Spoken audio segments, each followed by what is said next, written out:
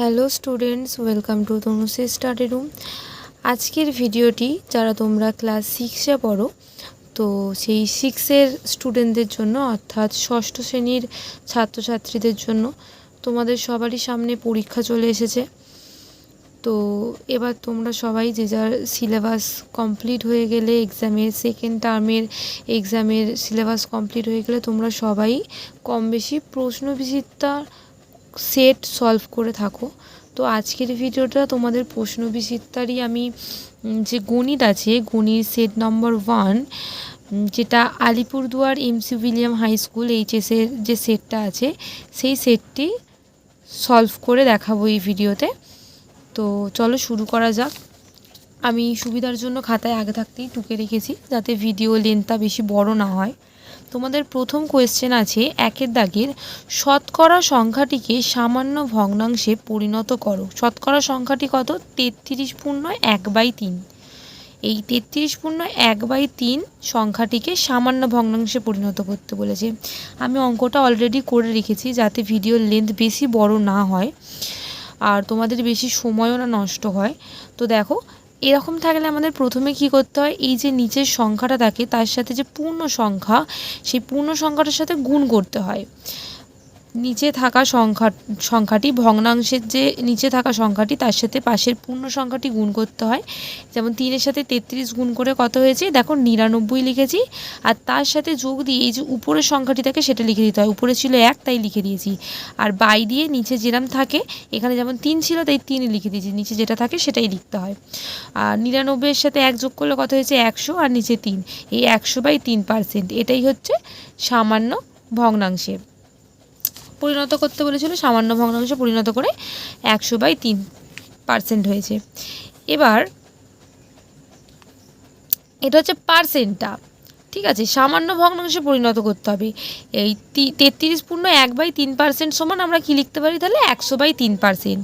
এবার এটাকে শতকরা থেকে সামান্য ভগ্নাংশ করার জন্য কি করতে হয়, আমি লিখেও রেখেছি, দেখো তোমাদের সুবিধার্থে, যে শতকরা থেকে সামান্য ভগ্নাংশ করার জন্য 1/100 দিয়ে গুণ করতে হয়। এটা ছিল পার্সেন্টেজে, 33/1/3টা পার্সেন্টেজে ছিল। এটাকে আমরা একটা কি নর্মাল অপ্রকৃত ভগ্নাংশে বার করে নিয়েছি, সেই জন্য এটার সাথে এটা গুণ করে ওপরের একটা যোগ করেছি। দেখো 100/3% হয়েছে। এই 100/3টাকে আমরা কি করেছি? সামান্য ভগ্নাংশে পরিণত করেছি। শতকরাকে সামান্য ভগ্নাংশে পরিণত করার নিয়ম কি বললাম?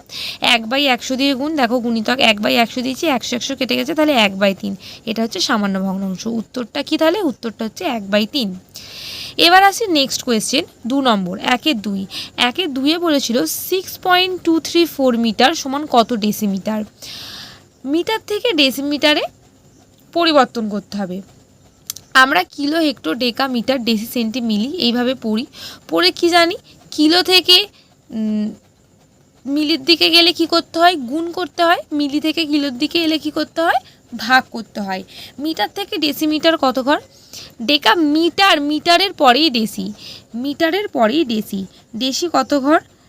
মিটার, এই মিটারের পরেই আসে হচ্ছে ডেসি, তার মানে 1 ঘর। 1 ঘর মানে কি? 1-এর পিঠে একটা শূন্য, অর্থাৎ 1-এর পিঠে একটা 0, ঠিক আছে? 10, 10, তাই দেখো এটাকে 10 দিয়ে গুণ করেছি। 10 দিয়ে গুণ করলে কি হবে? সংখ্যাটা যদি পয়েন্ট ছাড়া ধরো, 6, 2, 3, 4-এর সাথে 10 গুণ করলে একটা 0 বাড়বে। একটা 0 বাড়লে কি, এখানে 1, 2, 3, 3টে সংখ্যার আগে পয়েন্ট ছিল, তাই 0 থেকে 1, 2, 3, 3টে সংখ্যার আগে পয়েন্ট দিলে এই যে 2-এর পাশে পয়েন্টটা বসছে।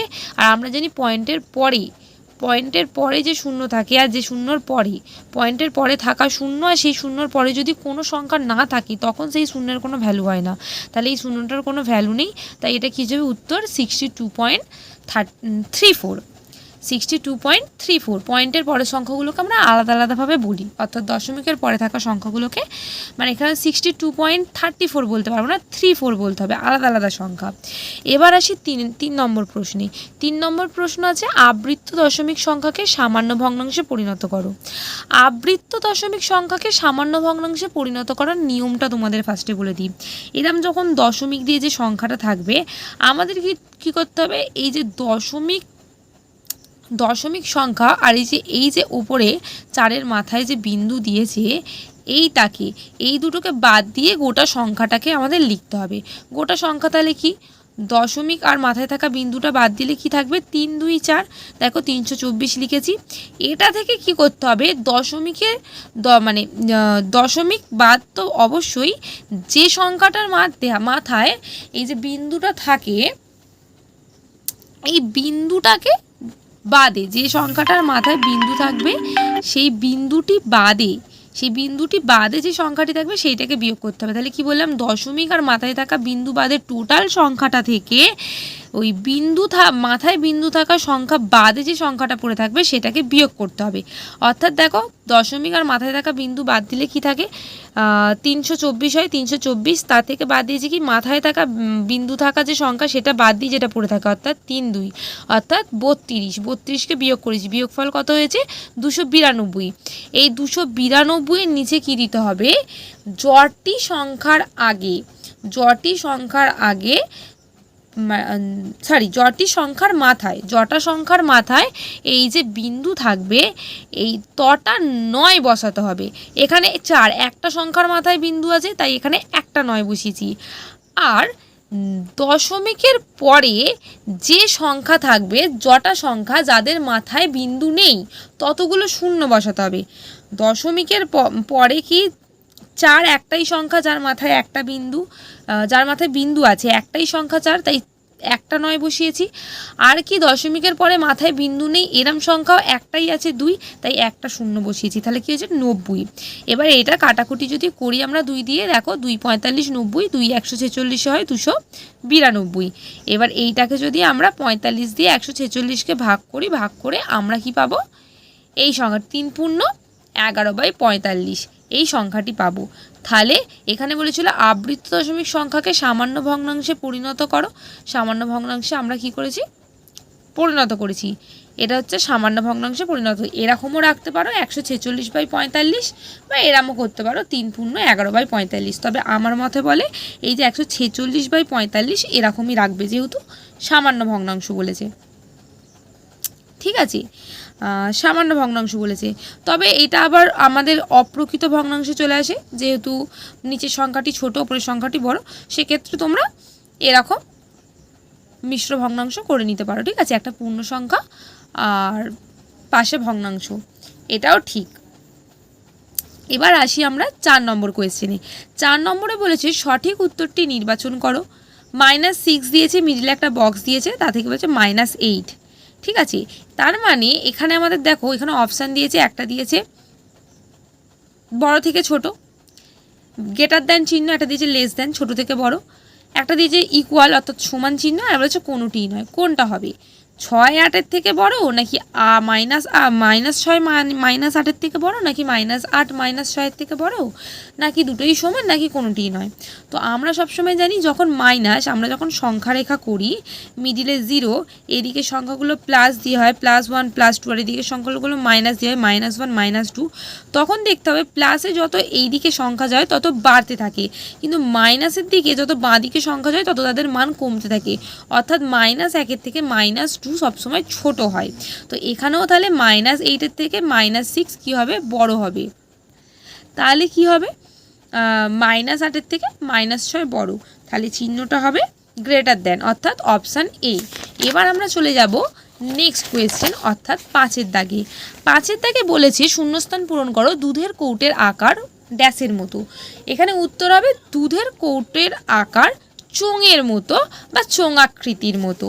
ঠিক আছে, চোঙাকৃতি বলতে যেটা কি হয়, ফাঁপা হয়। এই যে এটাকে আমরা চোঙ বলে থাকি, এই আকৃতিটাকে ফাঁপা, এই আকৃতিটাকে আমরা চোঙ বলে থাকি। তো দুধের কৌটোও তো লম্বা টাইপসের হয়, তো দুধের কৌটোও কিন্তু চোঙের মতো বা চোঙ আকৃতির। এবার বলেছে -7-এর 6-এর দাগেরটা, -7-এর সঙ্গে কত যোগ করলে -12 পাবো। তো আমরা একটা সিম্পল যদি উদাহরণ দেখি, যদি বলা হয় যে -5-এর সাথে বা এমনি নর্মাল যদি সংখ্যা তৈরি, যে 5-এর সাথে কত যোগ করলে 10 পাই, আমাদের উত্তর কি হয় 5। কি করে পেলাম, ওই 10 থেকে 5টা বিয়োগ করে দিলে যেটা পড়ে থাকলো সেটা। এখানেও সেটা, যে -12 থেকে যদি -7 বাদ দিই, যে সংখ্যাটা পাবো অবশ্যই সেই সংখ্যাটার সাথেই -7 যোগ করলে -12 পাবো। তাহলে আমরা কি করব, -12 থেকে বিয়োগ করে দেবো কত, -7টা। এবার এটা করলে কি হবে, -12, মাইনাসে মাইনাসে আমরা জানি প্লাস হয়ে যায়, তাহলে +7 হয়ে যাবে। আর বিয়োগ করলে কি হবে, 12 থেকে 7 বাদ দিলে হয় 5, আর যেহেতু 12-র মান 7-এর থেকে বেশি তাই আগে কি হবে -5, অর্থাৎ -7 আর -5 যোগ করলে উত্তর হয় -12। তাহলে কত যোগ করলে উত্তরটা হচ্ছে আমাদের -5। নেক্সট কোয়েশ্চেন 7এরটা বলছে 0.25 25% সমান কত। কোনো সংখ্যার, যে কোনো সংখ্যার পার্সেন্টেজ বার করতে গেলে কি করতে হয়, আমি এখানে উত্তরটা করে দেখাচ্ছি। দেখো, সেই সংখ্যাটি লিখতে হয়, লিখে গুণিতক দিয়ে যত পার্সেন্টেজ বলেছে সেটা লিখে নিচে কি করতে হয়, 100 দিতে হয়। এবার দেখো এইটা যদি আমরা করি, এই পয়েন্টটা আমরা আগে তুলে দিই। হ্যাঁ, পয়েন্টটা তুলে দিলে পয়েন্টের জন্য তোলার জন্য 1 বসাবো, পয়েন্টের পরে কটা সংখ্যা ছিল, 2টো সংখ্যা, তাই 1-এর পিঠে 2টো সংখ্যা, 2টো শূন্য বসাবো। কি পয়েন্টের জন্য 1 বসালাম, পয়েন্টের পরে যতগুলো সংখ্যা ততগুলি শূন্য বসাতে হয়। তাহলে পয়েন্টের পর 2টি সংখ্যা ছিল 2 আর 5, তাই 2টো শূন্য বসালাম। এবার যদি কাটি, দেখো এই 25 দিয়ে 25-এর নামতে বললে 25 4 100, এই 25-এ 25 4 100। তাহলে উত্তরটা কি হবে, ওপরে কিছু নেই মানে 1, আর নিচে হচ্ছে 4 4 16। এবার দেখো এখানে কিন্তু সব পয়েন্টে উত্তর আছে। একটা আছে হচ্ছে 625, 625 তো সম্ভব নয়। একটা যে 6.25, একটা যে 0.625, একটা যে 0.0625। তাহলে এটাকে তার মানে আমাদের ভগ্নাংশের ভাগ করতে হবে। 16 দিয়ে 1কে ভাগ যদি আমরা করি, 16 থেকে তো 1 ছোট যাবে না, তাহলে 0 বসিয়ে পয়েন্ট নিয়ে এখানে একটা শূন্য নিতে হবে। 0 বসিয়ে পয়েন্ট নেওয়ার জন্য তো একটা শূন্য নিলাম, 10, তাও 16 থেকে ছোট, তাহলে এখানে আর একটা শূন্য বসিয়ে আর একটা শূন্য নিতে হবে, তবে হবে 100। এবার যদি আমরা করি, 16-র নামটা যদি পড়ি, 16 1 কে 16, 16 দুগুণে 32, এইভাবে যদি আমরা নামটা পড়ি, ঠিক আছে, তাহলে 16 6 কত হবে, 16 6 হবে হচ্ছে 96। ঠিক আছে, 6 6 36-এর 6, হাতে আছে 3, 6 1 6 3 9, 96। আর 16 সাথে কি বেশি হয়ে যাবে, 16 সাথে বেশি হয়ে যাবে 100 থেকে, তাই 16 6 96টা নেব। নিলে এবার বিয়োগ করবো, 6-এর কত দাও 10, 4 দাও 10, হাতে থাকে 1, 9 1 10, মিলে যাচ্ছে 4। এই পয়েন্ট যেহেতু নিয়েছিলাম তার দরুন একটা শূন্য আমরা অলরেডি নিতে পারবো। যদি শূন্য নিই, এবার 16-র নামটা যদি আমরা পড়ি, ঠিক আছে, 16 দুগুণে 32, 3 16 কত হয় 48, বেশি হয়ে যায়, তাহলে 16 দুগুণে আমরা এখানে কি করব, 32 নেব। 32 নিলে 2-এর কত দাও 10, 8 দাও 10, এখানটা জায়গাটা তো হচ্ছে না, একটু বুঝে নাও। এখানে যদি 8 দাও 10 হয়, তাহলে থাকবে হাতে 1, সেই 1 আর এই 3-এ যোগ করলে কি হয় 4 হয়ে যাবে। ঠিক আছে, এবার এই পয়েন্টের জন্য আবার আমরা একটা শূন্য নিতে পারবো, 3টা পর্যন্ত শূন্য নিতে পারি। এই পয়েন্টের পর যখন ভাগ করা শুরু হয় 3টে, আর এখানে কোনো শূন্য না বসিয়ে আমরা নিতে পারি। তো বসালে 16 দিয়ে দেখো 16 5 80, জিনিসটা মিলে যাচ্ছে। তাহলে উত্তর আমাদের কি 0.0625। ঠিক আছে, তাহলে উত্তর হচ্ছে কতটা, ডি এর দাগ। ডি এর দাগের উত্তরটা তাহলে আমাদের হবে।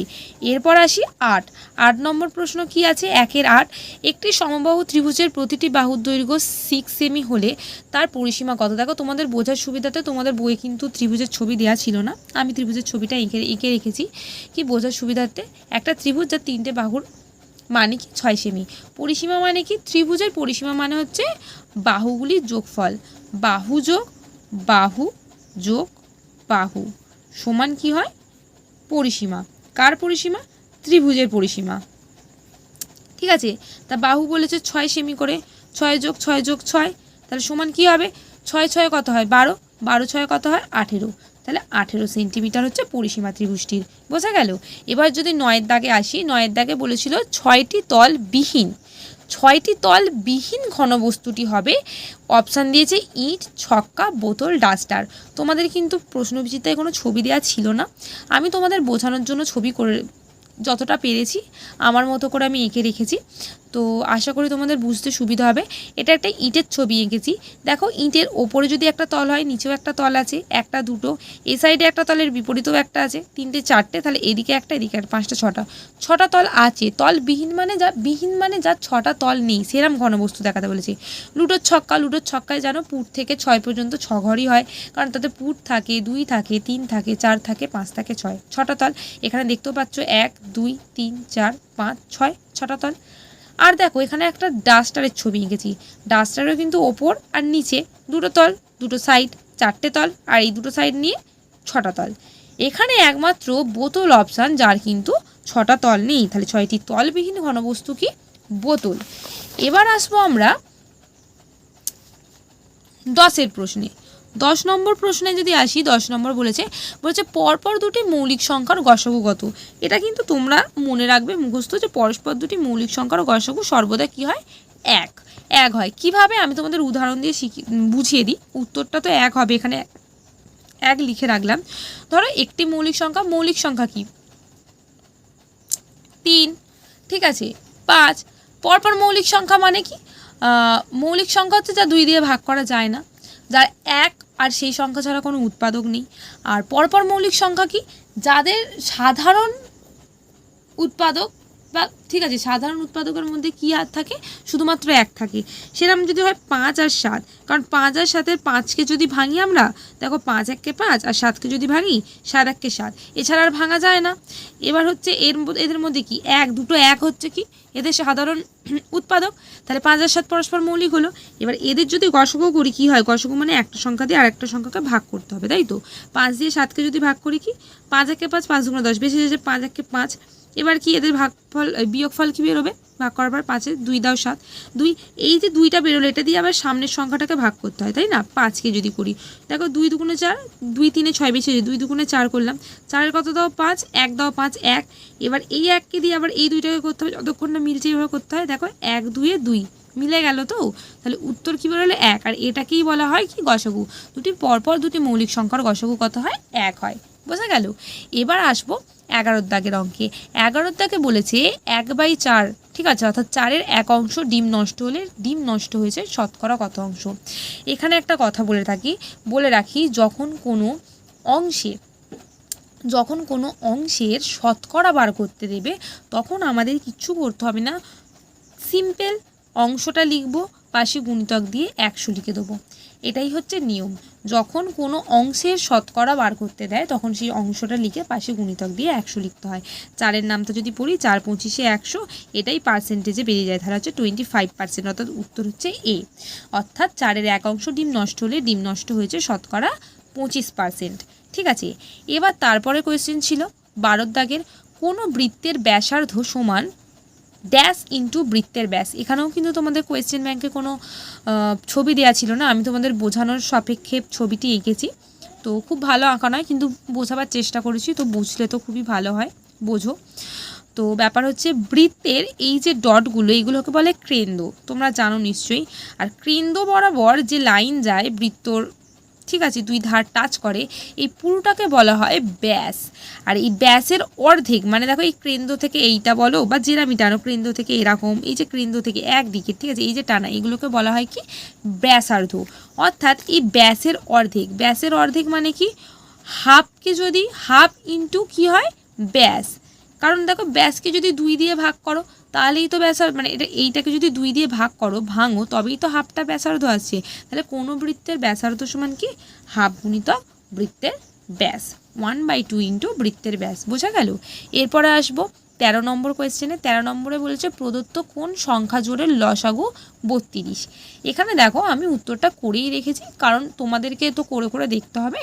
আমরা তো দেখে বুঝতে পেরে যাই, যারা আর কি জানে, অঙ্ক করতে জানে বা তোমাদের থেকে একটু বড়, করে এসেছে, অনেক লসাগু করে, তারা দেখে ফলাফল বুঝতে পারে। কিন্তু তোমাদের কিন্তু পরীক্ষার খাতায় তো ওরকমভাবে বলতে পারবে না, তোমাদেরকে করে দেখতে হবে। তো এখানে উত্তরটা কিন্তু সি এরটা হবে, 16/32 বলেছে লসাগু কার 32। আমরা এখানে করে দেখে নিই, যদি 2 দিয়ে যাই ছোটো সংখ্যা, 2 8 16, 2 16 32। আবার যদি 2 দিয়ে যাই, 2 4 8, 2 8 16, 2 দিয়ে গেলে 2 2 4, 2 4 8, আবার 2 দিয়ে গেলে 2 1 2, 2 2 4। এবার এই যে সংখ্যাগুলো এলো, এগুলোর কী করতে হয়? আমাদের গুণ করতে হয়, 2 গুণিতক 2 গুণিতক 2 গুণিতক 2, দেখো 4টে 2, আর নিচে আছে 1 আর 2। গুণ করলে কী হবে? 2 2 4, সেই 4-এর সাথে 2 8, 8-এর সাথে 2 গুণ করলে কত হয়? 16, 16-এর সাথে 1, 16 1 16, সেই 16-এর সাথে 2 গুণ করলে 16 2 32। তাহলে 16 আর 32-এর লসাগু হলো 32। এবার তোমাদের এই যে কোয়েশ্চেন ব্যাংকের 1 নম্বর সেটে দেখো 1-এর দাগে বলেছে যে কোনো 10টির উত্তর দিতে, আর কোয়েশ্চেন দিয়েছে 13টি। তো আমি কি, তোমাদের তো মানে পরীক্ষার খাতায় এরকমই দেবে, অনেকগুলো কোয়েশ্চেন দেবে, তার মধ্যে 10টি করতে দিতে বলতে পারে, 5টি করতে দিতে বলতে পারে। তো আমি এখানে যেহেতু সব অঙ্কগুলোই তোমাদের সলভ করতে হবে, আমি বোঝানোর চেষ্টা করেছি। 1-এর দাগে 13টি, অঙ্ক আপাতত সলভ করেছি। ভিডিওটি যাতে বড় না হয় বেশি, তাই জন্য আমি এইটুকুই রাখলাম।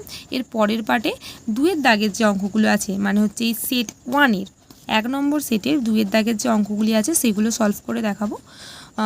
যদি তোমাদের ভিডিওটি ভালো লেগে থাকে তাহলে অবশ্যই চ্যানেলটিকে সাবস্ক্রাইব করে রেখো নেক্সট ভিডিওর জন্য। আজকের মতো এইটুকুই, টাটা।